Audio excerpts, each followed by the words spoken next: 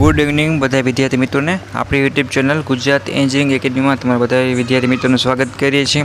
આજે આપણે એક નવીન અપડેટ છે બરાબર કે તમારે જાણવી પણ જરૂરી વાતચીત કરવાના છે બરાબર બધા મિત્રો। તો ધ્યાનથી આ વિડીયોને અંત લગી જોવે કેમ કે આવી ઘણી મિસ્ટેકના કારણે આખો કોર્સ છે પાછો કરવો પડતો હોય છે અથવા એનામેન્ટ નંબર કેન્સલ થઈ જતા હોય છે બરાબર, અને એનું ગ્રેજ્યુએશન છે ડિપ્લોમા છે એ પાસ નહીં થઈ શકતું બરાબર। તો આ વિડીયો જાણવો એટલો જ જરૂરી છે બરાબર। તો આપણે જોઈ કે બેઝિક છે ન્યૂઝ છે કે આ બધું શું છે, શું કાંઈ કહેવા માગે છે। તો નિયત સમયગાળામાં અભ્યાસ પૂર્ણ કરી શક્યા હોવાથી જીટીયુ દ્વારા ટેકનિકલ કોર્સમાં 16,000 વિદ્યાર્થીના એનોમેન્ટ નંબર રદ કર્યા। તમને બેઝિક એક એક્ઝામ્પલ આપું બરાબર, આપણે ડિપ્લોમાનું એક્ઝામ્પલ લઈ અને એક ડિગ્રીમાંનું લઈ બરાબર, તમને એટલીસ્ટ લોકો પણ આઈડિયો આવી જાય। આપણે વધારે કહેવાય ને કે હાઈફાઈ લેવલની લેંગ્વેજ નહીં પણ તમને સમજાઈ જાય એ પર્પઝથી તમને હું સમજાવવાનું ટ્રાય કરું તો તમને પણ મજા આવે અને સહેલાઈથી તમારે નોલેજ પણ ભેગું થઈ જાય। તો મિત્રો જો એમાં એવું એક વસ્તુ એક્ઝામ્પલ લઈએ આપણે કે ડિપ્લોમા તમને 3 વર્ષ છે, 3 વર્ષ તમારે અભ્યાસ કરો છો, કોઈ સબ્જેક્ટમાં બેકલોગ કેટી આવે ને કોઈ એવો હાર્ડ સબ્જેક્ટ હોય કે 3 વર્ષ પૂરા થઈ ગયા પછી પણ તમે પાસ નહીં થઈ શકતા બરાબર। મેં તમે 3 વર્ષ પૂરું થઈ ગયું ડિપ્લોમા પાસ નથી થઈ શકતા તો પછી પણ તમને 2 વર્ષ માટેનો સમયગાળો એટલે કે 3 તમારા રેગ્યુલર સમયગાળો છે 3 વર્ષનો એ પ્લસ 2 વર્ષ તમને જીટીયુ વાળા આપે કે એ 2 વર્ષમાં તમારે ગમે એવો સબ્જેક્ટ હોય ભલે ને તમારો એક જ સબ્જેક્ટ હોય કે એક સબ્જેક્ટ આટલો હાર્ડ હોય કે નીકળી જ ના શકતો હોય એ તમારે 2 વર્ષમાં તમારે પાસ થઈ જવો હોવો જોઈએ, નકર તમારું એનોમેન્ટ નંબર કેન્સલ થઈ જાય। એટલે કે શું થાય કે તમારું આખો ડિપ્લોમા છે અને એનોમેન્ટ નંબર તમારું નામ છે જીટીયુમાંથી કેન્સલ થઈ જાય છે અને તમારે પાછો ડિપ્લોમા કરવું પડે છે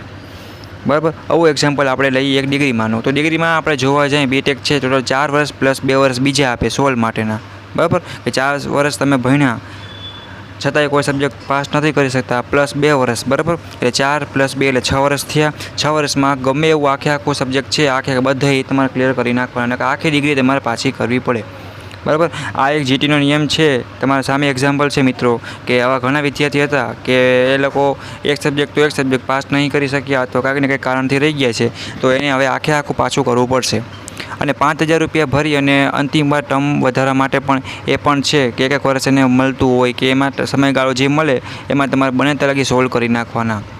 કોઈ હાર્ડ સબ્જેક્ટ છે હું એક્સેપ્ટ કરું કે બધાને કાંઈક ને કાંઈક હાર્ડ લાગતો હોય છે પણ તમે એટલીસ્ટ ટ્રાય કરો કે 2 વર્ષ છે બરાબર, તમે બને એટલું આઈએમપી કરી અને આરામથી પાસિંગ માર્ક જેટલું કવર કરી નાખો જેથી કરીને તમારે આવું એક સમયગાળો આપણે માટે ઊભો ન થાય, એટલે એ વસ્તુ ખાસ બધા મિત્રો ધ્યાન રાખે। તો આ શું કહેવા માંગે વિદ્યાર્થીઓ નિયત સમય કરતાં વધુ 2 વર્ષમાં કોર્સ પૂર્ણ ન કરી શક્યા હોવાથી તેવા વિદ્યાર્થીઓને જીટીયુ દ્વારા સમર 2024 સુધી તક આપવામાં આવતી હતી અને જેમાં પરીક્ષા ફોર્મ ફી ઉપરાંત એનોમેન્ટ નંબર ચાલુ રાખવા માટેની વધારાની 5,000 રૂપિયા ફી લેવાની હતી, પરંતુ હવે વધુ તક ન આપતા એનોમેન્ટ નંબર રદ કરી દેવામાં આવે છે। ત્યારે કોલેજમાંથી એવું પણ માગણી છે કે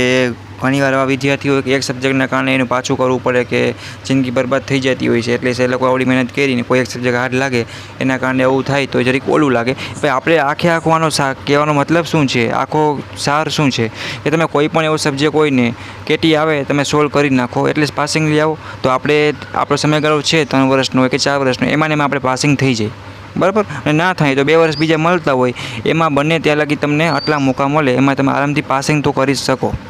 બરાબર। એન્જિનિયરિંગ ક્ષેત્ર છે બહુ વિશાળ ઘણું મોટું છે બરાબર, ઘણું હાર્ડ લાગતું હોય, કોઈને ડ્રોઈંગ ઓછા ફાવતા હોય, કોઈને મેથ્સ ઓછું ફાવતું હોય, ઘણું બધું આવતું હોય તો પાસિંગ કરી નાખો જેથી કરીને આપણો નિયત સમયગાળો છે જે સમયગાળામાં પાસ થવાનું છે એમાં આપણે આરામથી પાસ થઈ જાય બરાબર। એટલે એ વસ્તુ અપડેટ તમારે ધ્યાનમાં રાખવાની છે બધા મિત્રોને, એટલે આ એક વસ્તુ ભૂલાય નહીં। સૌથી પહેલાં તમારે એક કામ કરવાનું, બેકલોગ કેટી આવે એટલે તમારે બને ત્યારે તમારો અભ્યાસક્રમ ચાલુ હોય, જેને 3rd સેમમાં ભણતા હોય પહેલા સેમમાં કેટી હોય બરાબર મિત્રો, તો તમારે એના પર વધારે ભાર આપવાનો સોલ્વ કરી નાખવાનું। પાછળનું છે એ તમે હારે લેતા જાઓ તો વાંધો નહીં આવે, એકવાર કમ્પ્લીટ થઈ ગયા પછી તમારું પણ મન નહીં લાગે, તમારા મિત્રો પણ પાસ આઉટ થઈ ગયા છે, સારી જગ્યાએ કોલેજમાં વહી ગયા છે, કોઈ સારી જોબ કરવા માંડી છે, પછી તમારું મન એટલું એમાં નહીં ફોકસ કરી શકે। એટલે અત્યારે બેસ્ટ મોકો છે, ચાલુ છે, રનિંગ છે, ત્યાં તમે બને ત્યાં લગી આવું આપણે કંઈ કરવું જ નથી, આપણે સમયગાળો છે એમાં જ પાસ થઈ જશે બરાબર ને। કાંઈ પણ ન સમજાય તકલીફ આવે તો આપણી યુટ્યુબ ચેનલથી બને ત્યાં લગી ફ્રી ઓફમાં આઈએમપી મટીરિયલ છે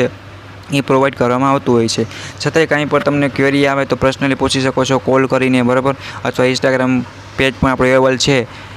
હું તમને ડિસ્ક્રિપ્શનમાં લિંક આપી દઈશ, તમે બધા પોતાના બ્રાન્ચ ચોઈસ અહીંયા પણ જોઈન્ટ થઈ શકશો બરાબર। કાંઈ પણ ટેન્શન નથી લેવાનું, બધું ફ્રી ઓફમાં છે, કાંઈ ના સમજાય તો પૂછી લેવાનું, બધા મિત્રોને શેર કરો બરાબર મિત્રો, કેમ કે આ ન્યૂઝ તમારી પાસે અપડેટ હોવું તમને ખબર હોવી જરૂરી છે મિત્રો કે આ તમને ભૂલ ન થાય. નકર આપણું જેટલું બધું કર્યું છે 50 સબ્જેક્ટ ભણ્યા હોય તો એક સબ્જેક્ટને કારણે આપણું આખું કેન્સલ થાય એવું નહીં કરવાનું. પહેલાં એક્ઝામ ફોર્મ આવતા પછી ન આવે એવો પ્રોબ્લેમ થાય એના કરતાં આપણે સમયગાળામાં પાસ થઈ જશે. ઓકે, આ જીટીયુની ગાઈડલાઇન છે, બધાને જીટીયુ સ્ટુડન્ટને બધાને કોમન ફોલો કરવાની રહેશે. બરાબર મિત્રો, અને મોસ્ટ ઓફ સ્ટુડન્ટ નીકળી જતા હોય છે. કોઈ વિદ્યાર્થી છે કંઈ એવી પરિસ્થિતિને કારણે નથી નીકળી શકતો. બરાબર, એટલે ધ્યાન રાખી મહેનત કરવી જરૂરી છે. બરાબર, એટલે એક વસ્તુ ક્લિયર કરી રાખે અને બધા મિત્રોને શેર કરો એટલે આ માહિતી બધા મિત્રો સુધી પહોંચી જાય અને મહેનત કરવાનું ચાલુ કરે. Okay, thank you, bye bye, take care.